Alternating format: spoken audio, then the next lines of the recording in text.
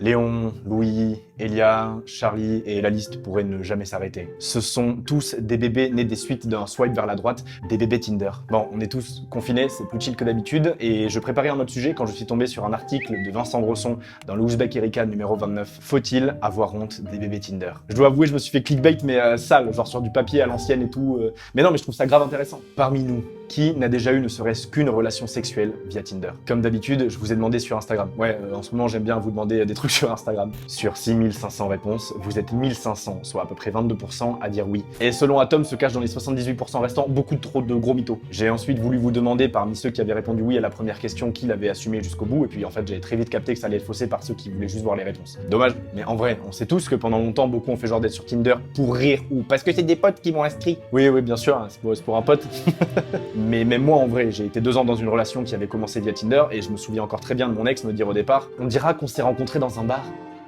Et je suis loin d'être le seul à l'avoir entendu celle-là. Qui a déjà cru l'autre ne serait-ce qu'une seule seconde quand il justifie sa présence sur l'application par je tue le temps ou je suis là pour m'occuper? C'est complètement faux, on le sait tous. Et puis même en fait, pourquoi est-ce qu'on aurait besoin de se justifier? Juste, pourquoi est-ce qu'on a eu honte d'être sur ces applications comme Adopt un mec, Mythique, OkCupid ou aujourd'hui Tinder? En faisant mes recherches, je suis tombé sur les analyses de François de Singly, sociologue à l'Université de Paris-Descartes, et Marie Bergström, sociologue elle aussi et chercheuse à l'Institut national d'études démographiques. Et les deux tombent visiblement plus ou moins d'accord sur le pourquoi ça craint encore d'assumer qu'on s'est chopé sur Tinder. En gros, selon eux, les rapports sexuels et encore plus les relations amoureuses font partie de ces mythes qu'on associe au hasard et à la rencontre fortuite. Le romantisme du destin avec genre l'âme sœur, tout ça. Ces catalogues géants fracassent complètement la singularité de la rencontre. Le destin n'a juste pas vraiment sa place dans ce vaste espace de choix, qui peut, selon Bergström, je cite, laisser une impression de partenaire interchangeable. L'image de l'amour aveugle et non calculé se trouve bousculée au bénéfice de choix raisonnables basés sur des critères. Mais j'y ajouterais peut-être aussi une question d'ego. Une question d'ego, pardon. Parce que pendant longtemps, y être inscrit, c'était quelque part un aveu d'échec dans la vraie vie. Faute de confiance en soi, de réseau, enfin peu importe, mais comme une situation de repli quoi. Et au final, être sur ces applications, c'est aussi assumer de se retrouver dans un grand marché, de se rabaisser au rang de produit parmi tant d'autres soumis à un algorithme. Enfin, parmi tant d'autres, oui et non. L'offre s'étoffe pour différencier les produits. Vous n'êtes peut-être pas au courant, mais il existe un Tinder pour les VIP qui s'appelle Select et sur lequel tu n'accèdes que via invitation.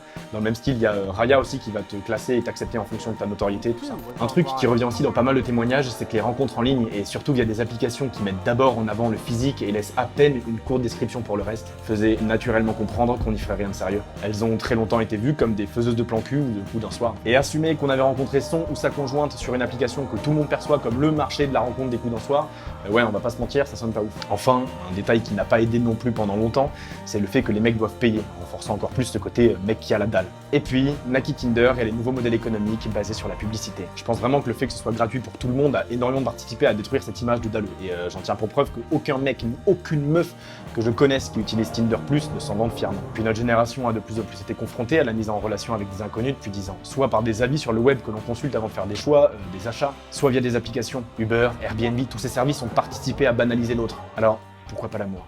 Du coup, toutes, à leur rythme, se sont mises à attaquer cet aspect de machine à relations faciles. Les premiers à avoir commencé à miner cette image, ce sont sûrement Adopt un mec. En organisant des apéros, des soirées à thème, ou en exagérant cette image de supermarché de la rencontre pour tourner ce tabou en dérision et évacuer la charge négative qui pèse sur eux. Bon, ben on comprend maintenant un peu mieux comment ces applications et ces sites de rencontres ont passé des années, à grand renfort de communication, à essayer de briser cette image de relation fortuite pour légitimer leur présence et leur offre. On fait un fast-forward à nos jours, sinon ce serait interminable. Elles ont réussi en toute logique, en témoignerez vos réponses sur Instagram, et on arrive à la consécration ultime et à notre article de Vincent Bresson, les bébés Tinder.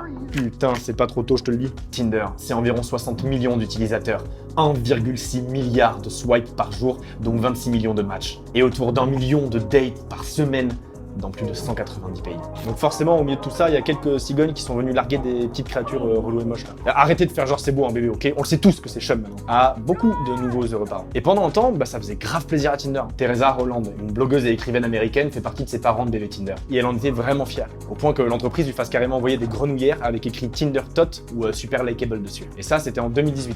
Et surtout parce qu'elle avait un peu de notoriété. Mais si on remonte un peu dans le temps, genre à l'été 2014-2015, l'application lançait carrément le Summer of Love sur son Instagram. Et ça consistait à y partager des photos de couples, parfois même mariés, qui s'étaient rencontrés via l'application, parce que ça les aidait à rentrer dans la norme, à légitimer leur présence en fait, quelque part, et du coup à les rendre en fait moins honteux d'une certaine façon. Et puis, au fur et à mesure du temps, ils se sont calmés.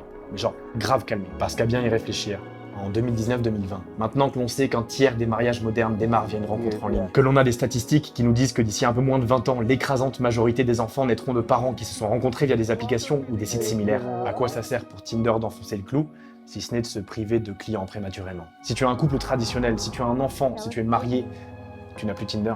Et ça, c'est pas dans leur plan.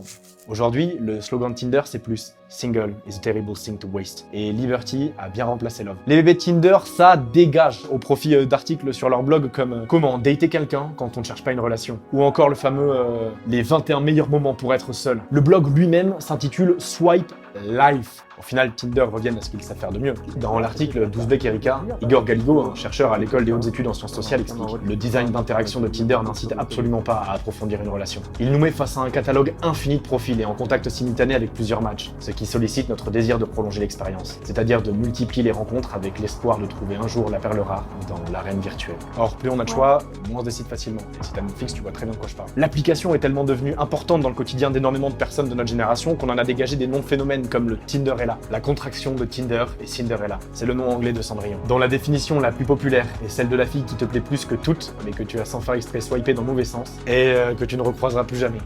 Et en fait, tout ça colle aussi parfaitement avec la conception des relations sentimentales de notre génération telle qu'elle évolue. Qui n'a pas un pote qui est dans une relation pluriamoureuse, ou qui a 3 plombs cul en même temps? Une meuf qui enchaîne les dates, bi, ou qui est même en relation libre depuis 6 mois? Un article du quotidien suisse Le Temps sur le couple dans notre génération résumait bien l'idée dans ses premières lignes. Les 18-30 ans, témoins de l'échec de leurs parents, n'y croient pas vraiment. Ils préfèrent des engagements pointillés et mettent surtout en avant l'épanouissement personnel. Le célibat agrémenté d'expériences sexuelles n'est plus une tare pour la génération Tinder. Et bien sûr que Tinder le sait, ils mènent aussi leurs propres études, et celle publiée récemment en 2019 qu'ils ont commandée au cabinet américain Morar HPI, intitulée Single Not Sorry, ça veut tout dire, affirme que les 3/4 des 18-25 ans ont déjà fait le choix volontaire de rester célibataires à un moment dans leur vie, soit par volonté d'indépendance, de développement personnel, de concentration professionnelle ou même juste par sentiment d'aventure. Et pour beaucoup, les aventures, que ce soit sexuelles ou sentimentales, sont de plus en plus perçues comme des expériences davantage que comme des fins en soi, limitant aussi par la même occasion le risque d'accorder trop de temps à la mauvaise personne. Il y a même un morceau d'étude qui dit que les jeunes milléniaux trouvent leurs potes plus cool, plus drôles et plus sympas quand ils sont célibataires que maqués.